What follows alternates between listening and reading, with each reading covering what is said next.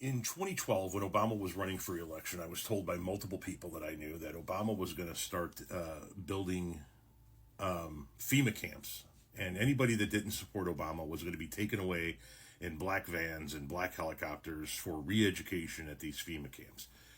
That he was not going to allow himself to not win re-election by locking up and re-educating, quote unquote, all of the people that don't support him.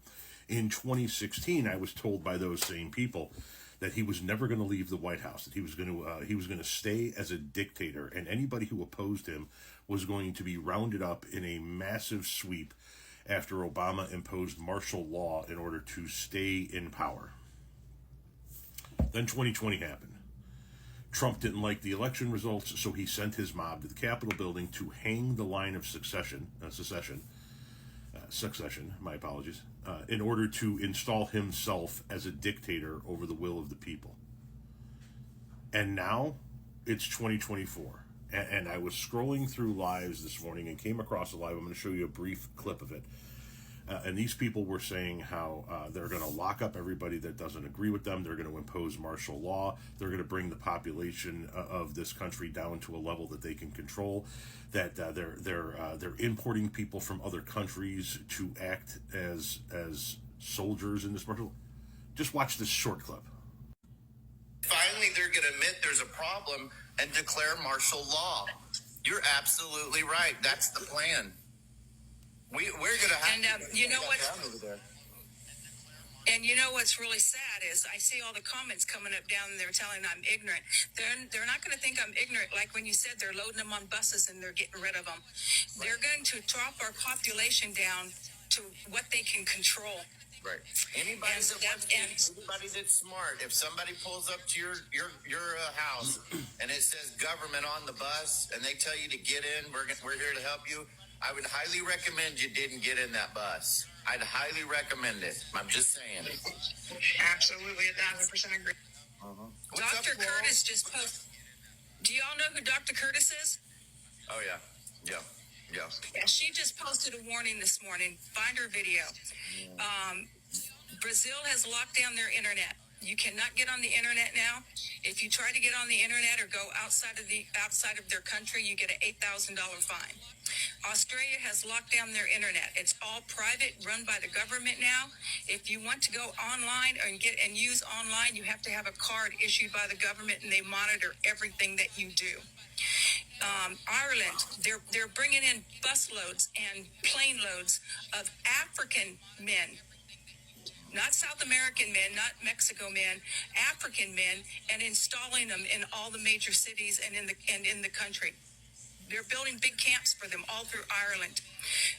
The UK is a mess. They have locked down the entire Western free world. What do you think, Coral?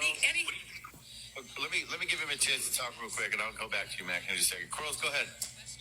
No, I'm just sitting down here listening and watching these people talk, and to talk back on the hateful side of things, you can go and you hear the stories and you can see the videos of people that are at Republican rallies, and the left comes by and they're just driving by, spewing hate, throwing stuff at them. And then you have the videos of people from the left that want to see what a Republican rally's like, or and people are being nothing but kind to them, asking if they need water, if they're in this other ones. And, you can see the absolute differences between the two parties. And, if you want to say you're the party of love and peace, but you spew nothing but hatred, it's, to me as an American citizen, my whole life, it's absolutely sickening to see the way that they treat people, the way they talk. I mean, you can sit here and just, not even look at your phone and just talk and ignore the comments, because 95% of them are factless and they have no point. That's just one short clip of that insanity.